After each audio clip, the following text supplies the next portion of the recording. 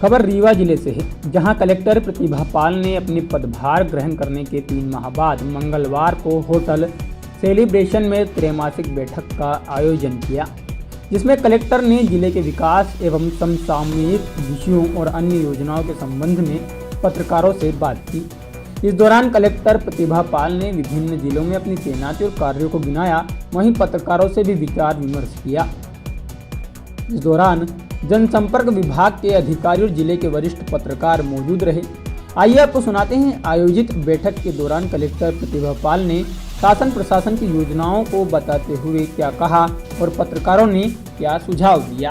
128 गौशालाएं में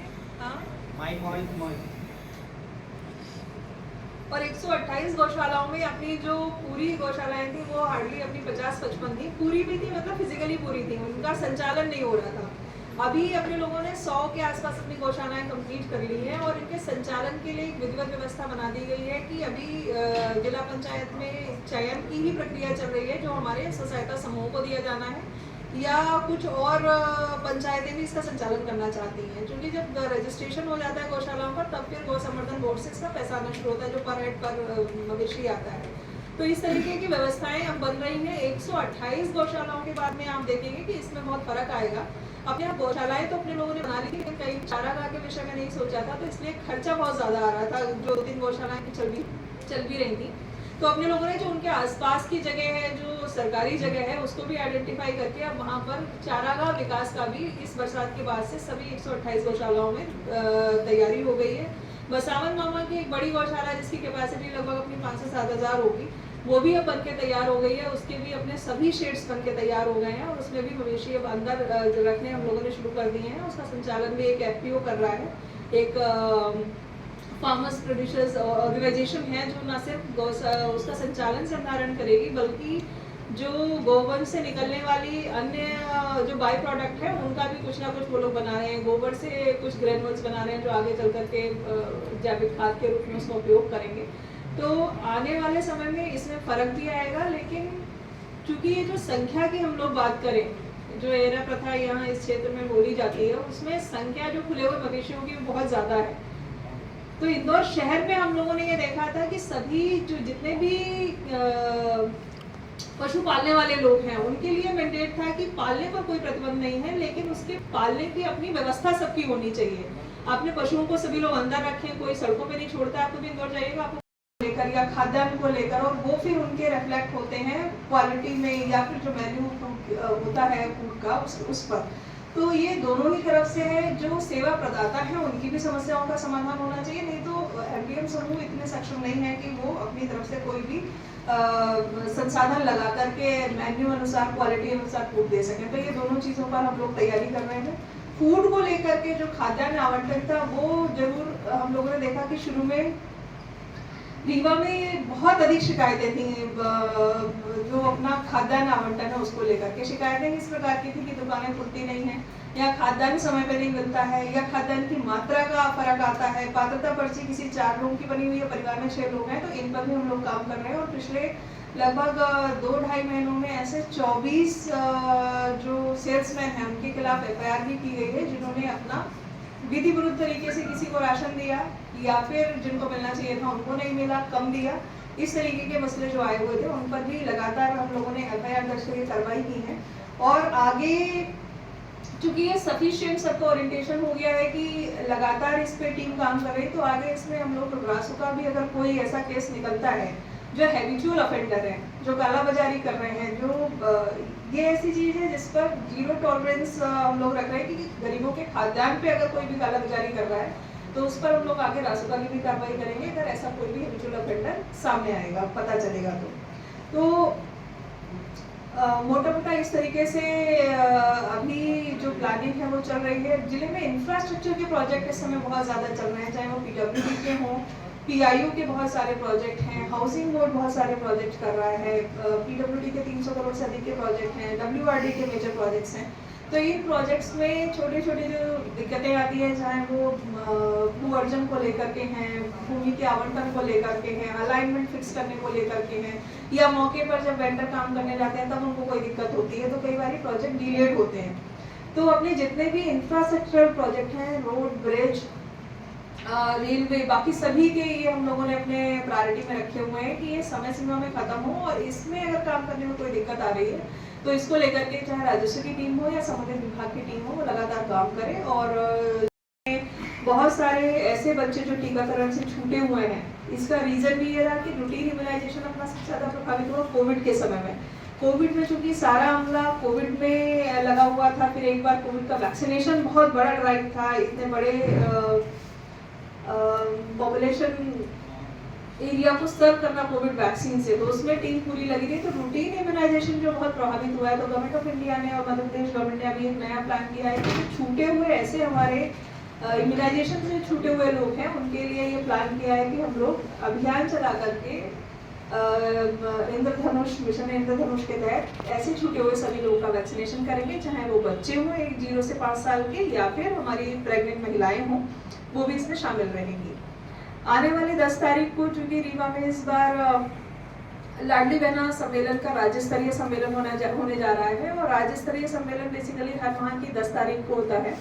और इस राज्य स्तरीय सम्मेलन का जो मुख्य केंद्र बिंदु रहता है कि उस दिन सभी पूरे प्रदेश भर की लाडली बहनों के खातों में जो पैसे ट्रांजेक्शन होते हैं, वो ट्रांजेक्शन इस जगह से किए जाते हैं। तो इस बार का, पिछली बार का इंदौर में हुआ था, इस बार का रीवा में हो रहा है।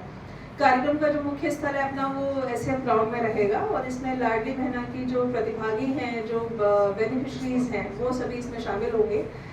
जो साथ ही साथ इसमें एक जनदर्शन का कार्यक्रम भी है। जनदर्शन का कार्यक्रम अपने यहाँ विवेकानंद प्रतिमा से शुरू होगा और दीनदयाल जी की प्रतिमा जो अपना मेडिकल चौराहे पर है, वहाँ तक जाएगा।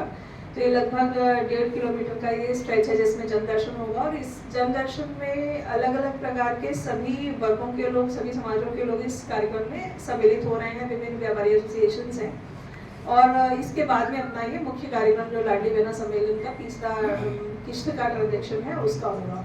तो ये अभी कुछ तैयारियां जो चल रही हैं प्रशासन में, वो मैंने आपके सामने रखी हैं। अब आप इसे कंपोनेंट है, जब हम लोग इलेक्शन की ट्रेनिंग के लिए गए थे तो ये बताया गया कि अपने यहाँ अगर हम लोग जनगणना के अनुसार अपना लिंगानुपात देखें जिले का, तो अच्छा ठीक है, 933 के आसपास है। लेकिन जब यही लिंगानुपात हम वोटर लिस्ट में देखते हैं तो बहुत खराब है। वो इस समय प्रदेश के बॉटम जिलों में है। कारण ये है कि हमारी महिला मतदाताएं बहुत सारी हमारी सूची से छूटी हुई हैं। बाकी जिले का जो वोटर लिस्ट में नाम होने चाहिए पॉपुलेशन के कैलकुलेशन के हिसाब से, वो सही है। तो इसीलिए हम लोगों ने अगले 1 महीने तक का अभियान रखा है। सिर्फ फीमेल वोटर्स को प्रायोरिटी फीमेल वोटर्स रहेगी, अदरवाइज जो भी लोग छूटे हुए हैं वो जाहिर सी बात है कि अपना नाम जुड़वा सकेंगे। लेकिन जो प्रायोरिटी है वो आने वाले समय में अपनी सभी ऐसे छूटे हुए वोटर्स को अपनी वोटर लिस्ट में जोड़ने का है। अभी लगातार ये काम चल रहा है जो 4 अक्टूबर तक जारी रहेगा। अभी ड्राफ्ट पब्लिकेशन हुआ है, तो इसमें ऐसे मतदान केंद्रों का आइडेंटिफिकेशन किया गया है जिनमें आप लोग देखेंगे कि 1000 पे हमारे जो एवरेज है रीवा जिले का, वो 888 महिलाएं हैं वोटर लिस्ट में, और होनी चाहिए 933। और कुछ ऐसे मतदान केंद्र भी हैं जहां ये संख्या 1000 पुरुषों पे 400 महिलाओं की है। तो ऐसे मतदान केंद्रों को चिन्हित करके हम लोगों ने यहाँ विशेष ड्राइव प्लान की हुई है।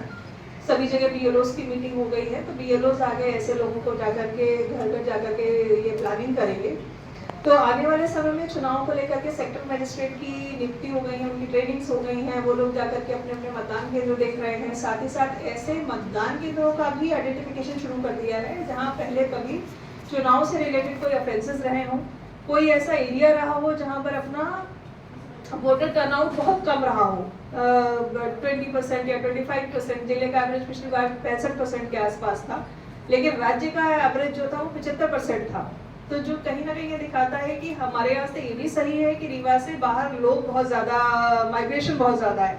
तो ये भी एक रीज़न रहता है कि मतदाता सूची में मतदाता कहीं भी अपना नाम रख सकते हैं, चाहे वो यहाँ रहते हैं या नहीं रहते हैं, पर एक ही जगह रख सकते हैं। ऐसा नहीं है कि यहाँ से काम करने हम लोग भोपाल गए, भोपाल में भी जुड़वा लिया और यहाँ भी जुड़वा लिया, ये संभव नहीं होगा। यहाँ रखना चाहते हैं तो रहेगा एक ही जगह। तो इस तरीके से अपने यहाँ वोटर टर्नआउट जरूर थोड़ा कम था इस बार। तो आने वाले समय में मतदाता सूची में जो भी वाजिब लोग हैं उनके नाम जुड़ जाएं, किसी के नाम में करेक्शन होना है करेक्शन हो जाए, और जो लोग नहीं रहते हैं, जो कभी आते ही नहीं है या जिनकी कोई एग्जिस्टेंस नहीं है, ऐसे नामों को हम लोग अपनी मतदाता सूची में से काट भी सकें, ताकि मतदाता सूची प्रॉपर हेल्दी इलेक्टोरल रोल रहे। और मतदाता सूची, ईवीएम, मतदान केंद्र, ये 3 ऐसे कंपोनेंट होते हैं जो चुनाव के लिए सबसे इम्पोर्टेंट होते हैं। और ये अगर 3 चीज़ें भली प्रकार से रहें तो चुनाव अपने निष्पक्ष और स्वच्छ रहते हैं। फिर उसमें कोई दिक्कत किसी को भी नहीं आती, मतदाताओं को नहीं, किसी पॉलिटिकल पार्टीज को नहीं और प्रशासन को भी। तो ये 3 महीने के बाद की अगर हम लोग जिले की बात करें तो जो मोटा मोटा अभी तक हमारे खुद की अंडरस्टैंडिंग डेवलप हुई है उसमें 2-3 चीज़ें महत्वपूर्ण जो इस पूरे जिले में अभी तक 3-4 महीनों में समझने का हम लोगों ने प्रयास किया है कि ये प्रीडोमिनेंटली जैसे भी मध्य प्रदेश के और जिले हैं अपना एग्रीकल्चर बेस्ड जिला है। और आप सभी लोगों ने जो पिछले 10 सालों में जो परिवर्तन देखा होगा सिंचाई सुविधाएं बढ़ने से, और ये प्रूवन फैक्ट है कि सिंचाई सुविधाएं बढ़ते ही एग्रीकल्चर अपना बेटर होता है। अपने यहाँ जो एक फसल लेते होंगे वहाँ 2 फसलें आने लग गई, और जो और थोड़े प्रगतिशील कृषक हैं वो 3 फसलें भी लेने लग गए हैं जहाँ पानी की हमारी वर्ष पर उपलब्धता है। तो इसीलिए अभी अपने यहाँ महत्वपूर्ण इरिगेशन की प्रोजेक्ट चल रहे हैं।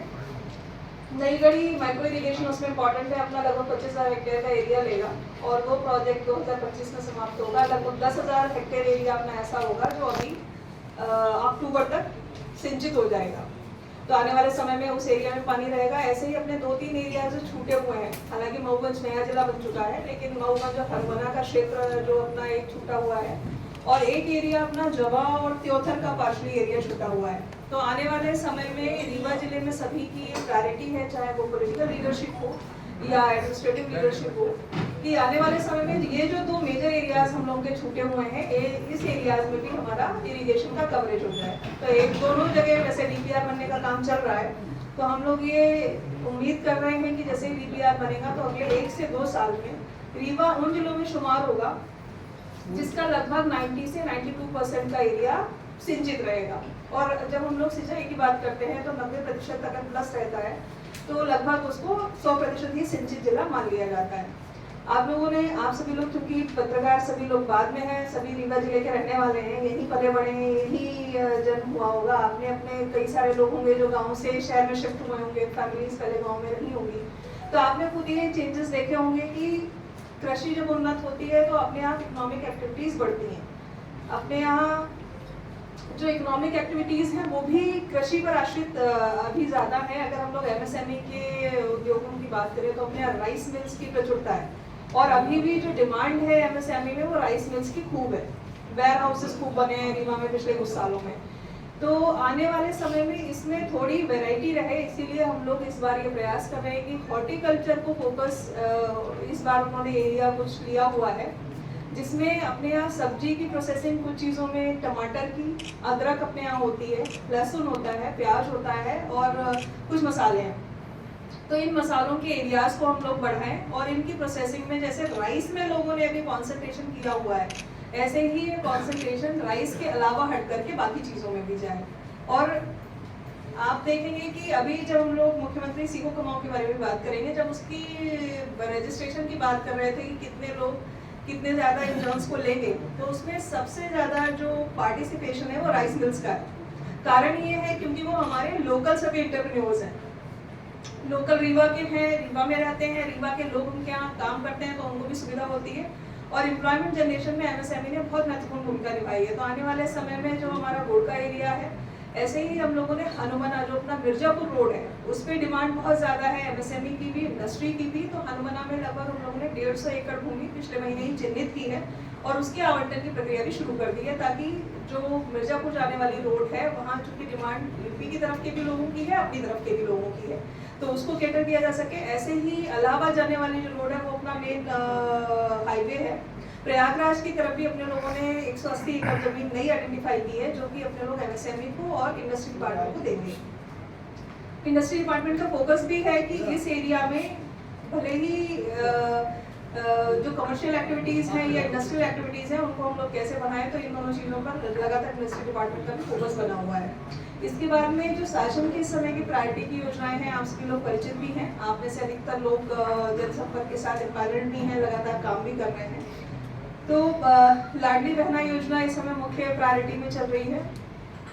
जो उसका प्राथमिकता क्षेत्र है वो अपने यहाँ पूरे जिले भर में अगर हम लोग बात करें 4 लाख से ज़्यादा महिलाएं इसमें पात्र लाडली बहना की पात्र हैं। और अभी 21 से 23 वर्ष की जो नए लोगों का चिन्हांकन शुरू हुआ है, उसमें भी अब तक अपने यहाँ 6 से 7 हज़ार नए आवेदन हो गए हैं, जो आने वाले समय में थोड़ा और बढ़ेंगे।